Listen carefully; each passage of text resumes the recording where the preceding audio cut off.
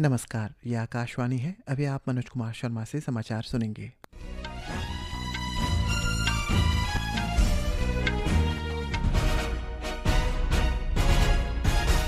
पहले मुख्य समाचार। प्रधानमंत्री नरेंद्र मोदी ने कहा 7 वर्ष पहले अनुच्छेद 370 निरस्त किए जाने के बाद से जम्मू कश्मीर और लद्दाख के लोगों के जीवन में व्यापक बदलाव। अरुणाचल प्रदेश सेवा संघ परिसंघ कोसाप की कई पान्योर जिला इकाई द्वारा कई पान्योर उपायुक्त अंकिता मिश्रा को जिले में हाल ही में आए आकस्मिक बाढ़ से प्रभावित परिवारों की राहत एवं पुनर्वास के लिए 8 लाख रुपए का चेक सौंपा गया। जिला प्रशासन ईटानगर कैपिटल रीजन द्वारा आगामी 8 अगस्त को शाम 8 से 9 बजे तक देरा नातुंग गवर्नमेंट कॉलेज ईटानगर में शहरी व्यापी आपातकालीन तैयारी अभ्यास के साथ सिविल डिफेंस मॉक ड्रिल का करेगा आयोजन। अरुणाचल प्रदेश सरकार के युवा मामले विभाग ने माय भारत तथा भारत सरकार के सूचना एवं प्रसारण मंत्रालय के सहयोग से राज्य के युवाओं से gems of India challenge Arunachal Pradesh में भाग लेने का किया आह्वान। अरुणाचल प्रदेश के साजी नातुंग ने हिमाचल प्रदेश स्थित माउंट यूनाम में की चोटी पर बैकफ्लिप करने वाले पहले भारतीय बनकर इंडिया बुक ऑफ रिकॉर्ड्स 2026 में अपना नाम दर्ज किया। संसद के दोनों सदनों की कार्रवाई विभिन्न मुद्दे पर विपक्ष के हंगामे के कारण बाधित और पूर्व विश्व चैंपियन पीवी सिंधु को BWF विश्व बैडमिंटन चैंपियनशिप 2026 की महिला एकल स्पर्धा में 9वीं वरीयता दी गई है। चैंपियनशिप में सर्वोच्च वरीयता प्राप्त खिलाड़ी पुरुष युगल जोड़ी सात्विक साईराज वेंकीरेड्डी और चिराग शेट्टी को 5वीं वरीयता मिली। अब समाचार विस्तार से। प्रधानमंत्री नरेंद्र मोदी ने कहा है कि 7 वर्ष पहले अनुच्छेद 370 और 35A को निरस्त किए जाने के बाद से जम्मू कश्मीर और लद्दाख के लोगों के जीवन में व्यापक बदलाव आया है।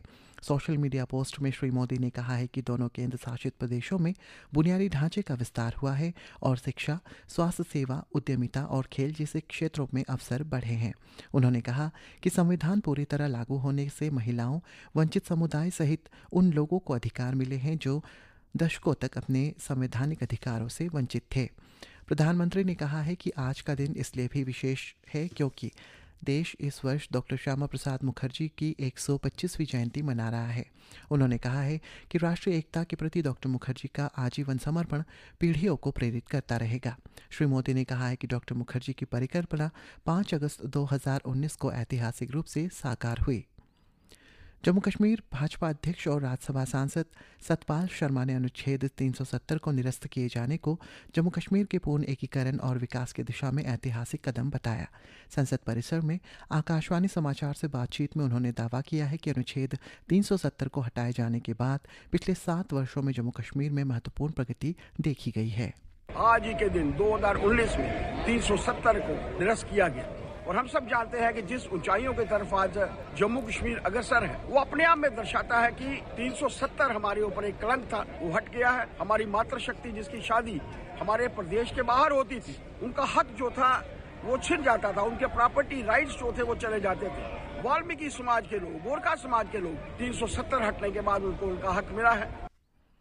अनुच्छेद 370 हटाए जाने के 7 साल बाद जम्मू कश्मीर में तेजी से विकास कार्य हो रहा है। सड़क, रेल और अन्य बुनियादी ढांचों का विस्तार हुआ है। संपर्क व्यवस्था बेहतर हुई, सरकारी सेवाएं मजबूत हुई है और पर्यटन, निवेश तथा सुरक्षा की स्थिति में सुधार आया है।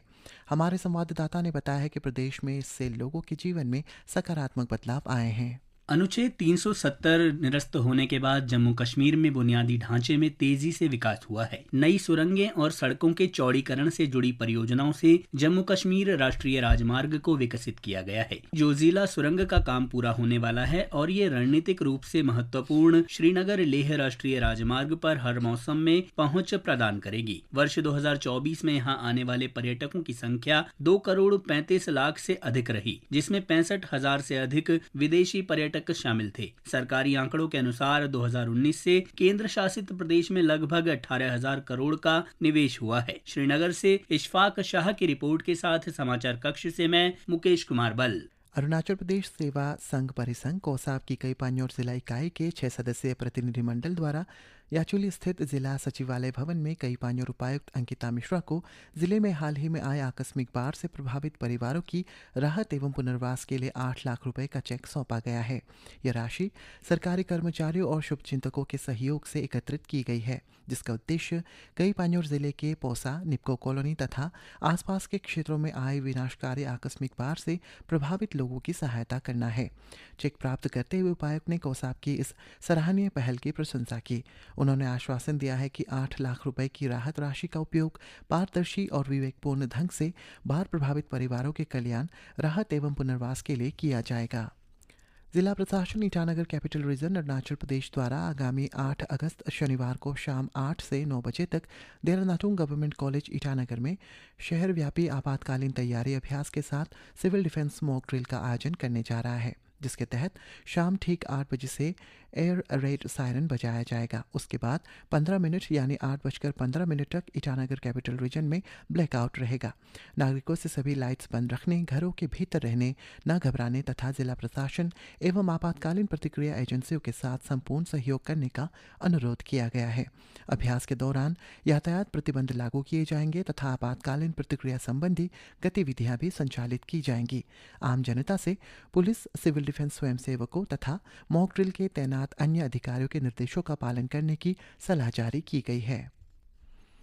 अरुणाचल प्रदेश सरकार के युवा मामले विभाग ने माय भारत तथा भारत सरकार के सूचना एवं प्रसारण मंत्रालय के सहयोग से राज्य के युवाओं में gems of India challenge Arunachal Pradesh में भाग लेने का आह्वान किया गया है। ये एक अनूठी डिजिटल स्टोरी टेलिंग पहल है जिसका उद्देश्य राज्य की समृद्ध विरासत, संस्कृति, परंपराओं, पर्यटन तथा प्रेरणादायक स्थानीय कहानियों का उत्सव मनाना है।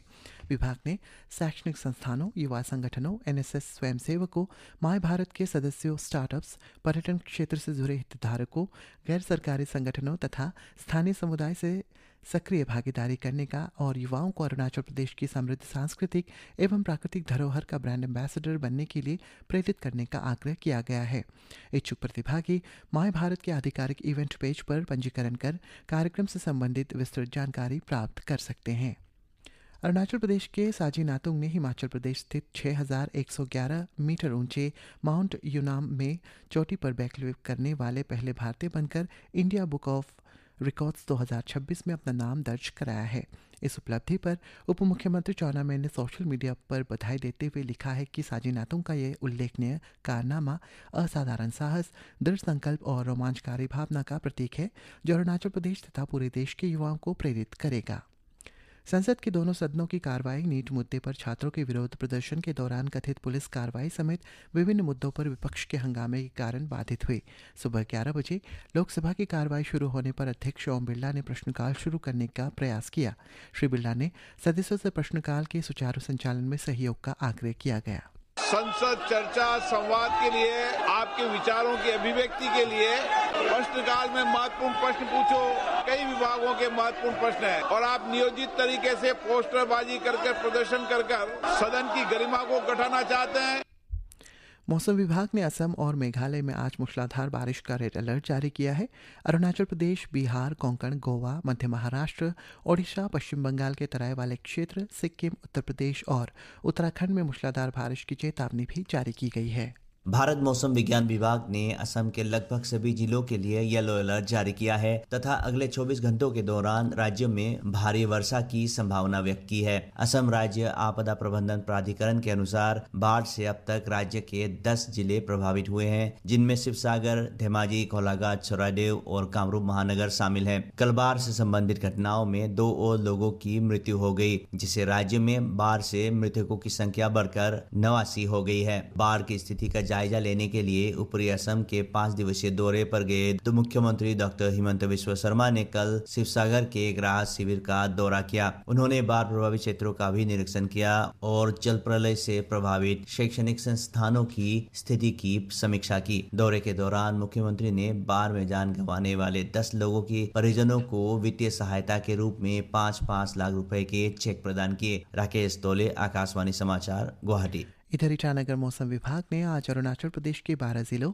East Kameng, Papum Pare, Kra Daadi, upper Subansiri, upper Siang, lower Siang, west Siang, Lepa Rada, Dibang valley, Lohit, Namsai और चांगलांग के लिए अगले 24 घंटों में अलग अलग स्थानों में गरज के साथ तेज बारिश का येलो अलर्ट जारी किया है।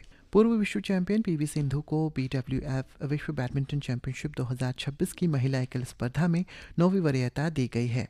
ये प्रतियोगिता 17 से 23 अगस्त तक नई दिल्ली के इंदिरा गांधी इंडोर स्टेडियम में आयोजित की जाएंगी। भारत की ओर से इस विशेष विश्व चैंपियन में सर्वोच्च वरीयता प्राप्त खिलाड़ी पुरुष युगल की जोड़ी सात्विक साईराज रंकीरेड्डी और चिराग शेट्टी हैं, जिन्हें 5वीं वरीयता मिली है। इसी के साथ ये समाचार बुलेटिन समाप्त हुआ। नमस्कार।